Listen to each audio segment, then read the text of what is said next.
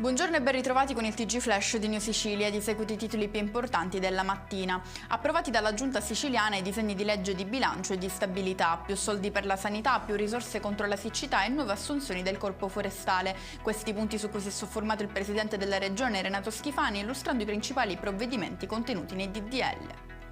Sono in arrivo nelle casse dei comuni siciliani i fondi regionali per la quarta tranche delle spese correnti del 2024, pari a 76,8 milioni di euro. La regione ha autorizzato il trasferimento con un decreto. Passiamo alla cronaca con l'arresto dei 3 sicari ritenuti responsabili dell'omicidio di Sebastiano Palermo, il 38enne ucciso a febbraio scorso a Lentini, nel Siracusano. Quella dei 3 aggressori sarebbe stata una vera e propria spedizione punitiva. I giovani sarebbero andati di notte sotto casa della vittima, freddandola con 3 colpi.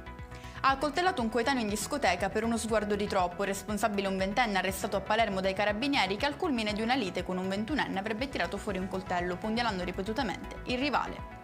Probabile azione intimidatoria detto un ordigno esploso la notte scorsa davanti all'agenzia di pompe funebri Giudice a Comiso nel Ragusano. Momenti di paura per passanti e residenti che sentendo il forte boato sono scesi in strada per verificare cosa fosse accaduto. Necessario l'intervento dei vigili del fuoco per domare le fiamme. E con questo è tutto, prossimo appuntamento più tardi alle 19:30. Grazie per averci seguito, buon proseguimento di giornata.